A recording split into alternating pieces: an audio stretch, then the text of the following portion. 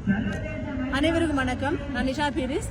60வது கூட்டத்தொடர் இங்கே ஐநா மனித உரிமை அவையில் நடந்து கொண்டிருக்கின்றது. நீங்கள் பார்த்துக் கொண்டிருப்பீர்கள் என நம்புகின்றேன். போன வாரம் இது ஆரம்பித்திருந்தது. இந்த வாரம் 15ஆம் தேதி தொடர்ந்து நடைபெற்றுக் கொண்டிருக்கிறது. இன்று இது ஒரு முக்கியமான நாளாக நான் கருதுகின்றேன். ஏனென்றால் 2 பக்கத்தையும் நாங்கள் உங்களுக்கு இதில் கொண்டு வர வேண்டும்.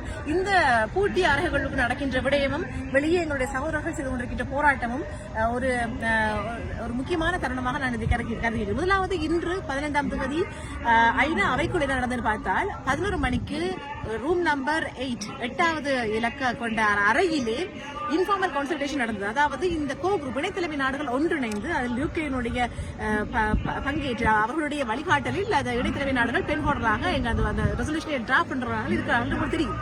அவர்கள் இன்று இந்த முறைக்கு ஓட்டுக்கு வருதோ இல்லையோ தெரியாது. ஆனால் ஒருவேளை அது அப்படியே கூட கொண்டு வரப்படலாம், எங்களுக்கு தெரியவில்லை. ஆனால் அந்த ரெசல்யூஷன் ப்ரொபோஸ் பண்ணப்பட்டு அது வெட்டி கொத்தி இங்க நிறைய விஷயங்கள் நடந்து கொண்டிருக்கின்றது.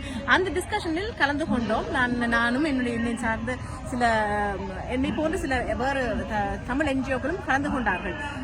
அதிலே நிறைய நாடுகளும் பங்கெடுத்து கொண்டார்கள். இது முக்கியமாக இன்று அந்த டிஸ்கஷன் நடந்து கொண்டிருக்கும் போது இலங்கை சார்ந்து வந்த பிரதிநிதிகள் 2 பெண்களுமே தங்களுடைய நிலைப்பாட்டை வலியுறுத்தி பேசினார்கள். அதாவது இலங்கைக்கு உங்களுடைய தலையீடு தேவையில்லை, எங்களுக்கு எங்களுடைய வேலையை பார்க்க தெரியும் என்று சொல்லி பேசியிருந்தார்கள். அந்த சமயத்திலே செம்மணி மாஸ்கிரேவ் பற்றி ஒரு நாடு வந்தது. இதனை பற்றி ஒரு விரிவான ஒரு விளக்கம் உங்களுக்கு நான் பிறகு தருகிறேன். இப்போது முக்கியமான விடயமாக இதில் சொல்லக்கூடிய விடயம் என்று சொன்னால் 11 மணிக்கு உள்ளே பூட்டிய அறைகளுக்குள் நடந்த விவாதம். அந்த விவாதத்தில் இலங்கை தன்னைத்தான் நியாயப்படுத்திக் கொண்டிருக்கின்றது.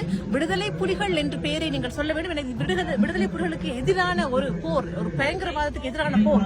நாங்கள் புது கவர்மெண்டை கொண்டு வந்திருக்கின்றோம். நாங்கள் எல்லோரையும் இன்க்ளூசிவ் பண்ணி பெண்களுக்கும் சம உரிமை கொடுத்து அங்கு மக்களை பாதுகாத்து வருகின்றோம் என்று தமிழர்கள் என்ற வார்த்தை பிரயோகமே எதுவுமே இல்லாமல் அந்த ரெசல்யூஷன் வந்து கொண்டிருக்கின்றது. தமிழர்களுடைய பிரதிநிதித்துவம் இல்லை, அங்கு விக்டிம் சென்டர்டான பெர்ஸ்பெக்டிவ்ல யாரும் அங்கே பேசவில்லை என்பதையும் சுட்டிக்காட்டி நானும் எனக்கு கிடைத்த சிறு சந்தர்ப்பத்திலே சொல்லியிருந்தேன்.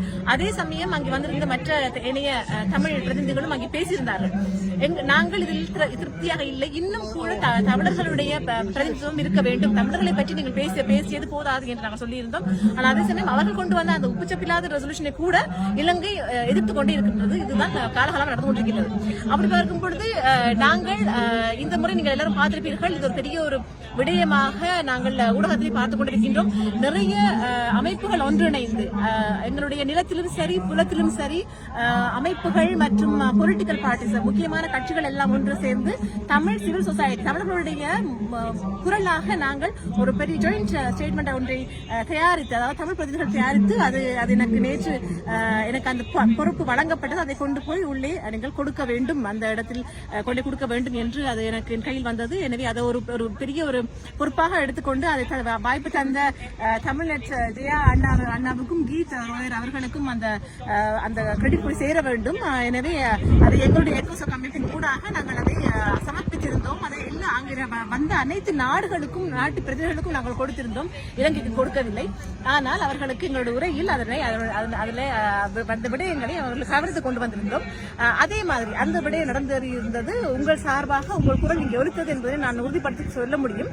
அதே சமயம் வெளியே நடந்து கொண்டிருக்கின்ற இந்த அண்ணாமார் செய்து போராட்டம் இது ஒரு மிக முக்கியமான தருணமாக கருதுகின்றேன். முக்கியமாக செப்டம்பர் மாதம் தியாகதீபம் திலீபன் அவர்களுடைய கனவுகளை சுமந்த இந்த புனித மாதத்திலே வெளியிலே இங்கே முருகதாசன் தொடரில் முருகதாசன் தன்னுடைய ஈகை சுடர் முருகதாசன் அவர்கள் தன்னுடைய உயிரை எங்களுக்காக இந்த ஐநாவினுடைய கவனத்தை ஈர்த்த இந்த தொடரிலே ஒன்று கூடியிருக்கின்றோம். உள்ளேயும் கவனம் ஈர்க்கப்பட்டது, வெளியேயும் கவனம் ஈர்க்கப்பட்டுக் கொண்டிருக்கின்றது. மிகவும் பெருமையாகவும் சந்தோஷமாகவும் பூரிப்பாகவும் இருக்கின்றது. ஆனால் அதே சமயம் நாங்கள் ஒன்றிணைய வேண்டும். அந்த கூட்டம் இவ்வளவு நாங்கள் நிற்கிற இந்த கூட்டமானது நாங்கள் எல்லோருமே ஒன்றாக சேர்ந்து இவ்வளவு கூட்டமாக நாங்கள் இங்கே இந்த இடங்களை அதாவது இவருடைய காதுகளுக்கு இப்போ நாங்கள் சென்றடைய வேண்டும். இந்த கூக்குரல்களும் இந்த அடையாளங்கள் எங்களுடைய தேசிய கொடியும் இந்த இடத்திலே பறக்க வேண்டும். அதுவரை நாங்கள் ஓயாடு உழைக்க வேண்டும் என்று உங்களுக்கு ஒரு வாழ்த்தாகவும் அதே சமயம் நாங்கள் செய்து கொண்டிருக்கின்ற பணி உங்கள் சார்பாக இருக்குது, என்றைக்கும் அது இருக்கும் என்று சொல்லிக்கொண்டு என் சார்ந்த அமைப்பு சார்பாக போஸ்கோ மரிதா சார்பாக நன்றி கூறி